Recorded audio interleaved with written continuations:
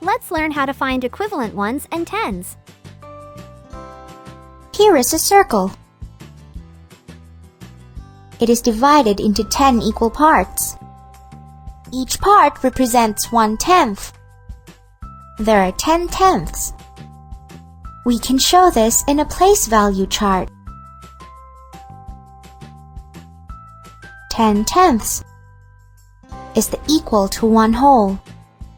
So, we can say that 10 tenths is equal to 1.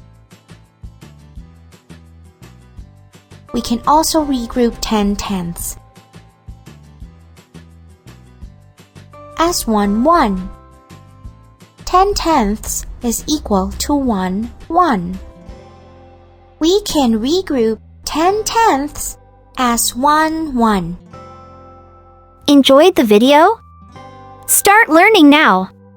Subscribe to our program by clicking the button below.